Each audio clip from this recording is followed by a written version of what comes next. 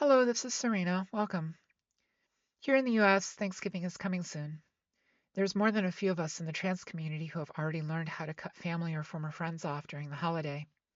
You may have already had to do this, or you might be facing this challenge this year because of politics. There has been a discussion about people breaking ties with other people based on their vote in this recent election. There have been reports of people divorcing their spouses or otherwise cutting off friends and family members in the aftermath. Admittedly, I felt the same way immediately after the election. One of the first actions I took was to remove almost all of my photo content from online to preserve my anonymity on both Twitter and Reddit. The second one was to go dark on Facebook, which meant eliminating my profile picture as a sign of protest. A very symbolic gesture, but the idea was to hopefully highlight that myself and others may well disappear physically if worse comes to worse during this upcoming time. Some may say that it's hyperbolic, but I would argue that we still do not know what might happen during these next 2 years until national elections might happen again. I know full well that Donald Trump cannot deliver on every one of his promises between lowering inflation, yet either raising tariffs or eliminating large swaths of U.S. labor, unless the answer is literally looting the entire national treasury or, heaven forbid, making good on his promises to scapegoat entire communities of people so that other Americans have someone to blame. That, though, is a topic for another day. Today, we are discussing that it is very understandable to remove people in your life who you disagree with so profoundly. I remain rather unhappy with many of my relatives who I know voted for Trump as well, and I have removed some of their contacts from my various apps. You personally might need to build a boundary between yourself and certain people in order to function in life. There are quite a few people who are politically active with the goal being literally to hurt people who disagree with them. The oft repeated own the libs mentality. This is a very toxic behavior that you should not have to deal with. I also understand the desire to give people consequences for their actions. The person that these people have lifted into power has lived his whole life consequence free. I strongly feel that there is no possible base of a government by the people for the people if the leader, as well as others that form this government, have been verifiably convicted of committing crimes against other people and escaped consequences for those crimes. So America might be radically changed by Donald Trump to the point that some people may not be around, and there are people responsible for voting for Donald Trump. Applying the consequence of removing contact from these people is a possible solution to this issue. I can comprehend why many have done this. With that said, Donald Trump did win the popular vote. A majority of Americans voted for him. If voting in candidates who will respect truth, the Constitution, and human rights is something that you want to do, then a coalition will need to be built that will carry more votes than whomever succeeds Donald Trump.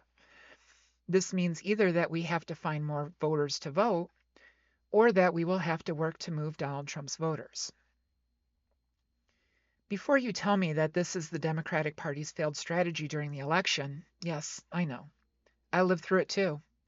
I'm not going to litigate any of the possible failings of the combined Joe Biden-Kamala Harris campaign, because make no mistake, two people ran for the presidency for the Democrats.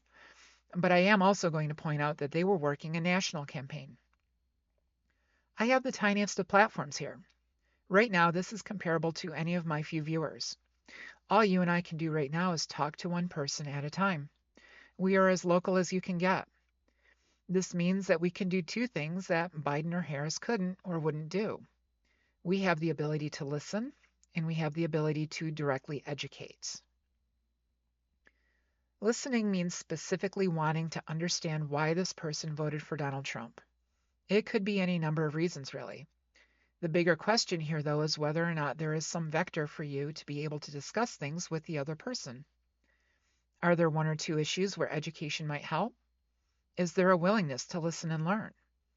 What are the main problems that they deal with? The immediate aftermath of the election has come with stories where it sounds like voters did not fully understand what they were voting for, and some did end up expressing remorse for their Trump vote. Things can't be fixed nationally now, but hopefully they can be in the future. On top of that, it is still very valuable to engage your neighbors, family, or friends to let them know that you support them and that hopefully they will support you. This would be fixing things on a local basis, and it may be the only defense that we have against bad outcomes. These next few years may be fraught for everyone, and especially if Donald Trump hurts people. Those people will hopefully vote for the alternative next time around, especially if there is someone nearby who can support them to vote differently. On the other hand, for those whose minds are both made up and closed, absolutely. If you need a boundary, then build one. Those are people that are not wanting to build communities.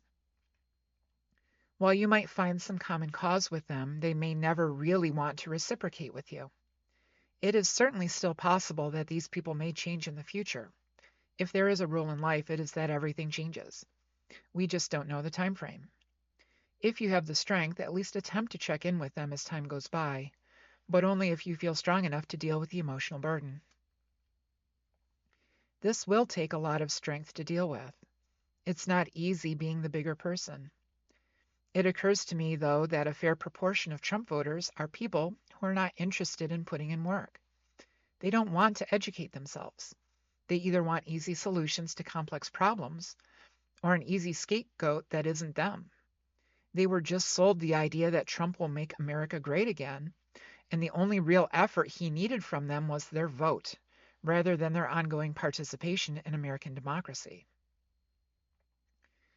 I want to underscore, for those people who are willing and able to build community, the first step is to do so amongst those interested in building community. I have my own values for building community. These include human rights, underscoring an end to discrimination of all sorts, stopping genocide, wealth equality, available food, housing, utilities, and education.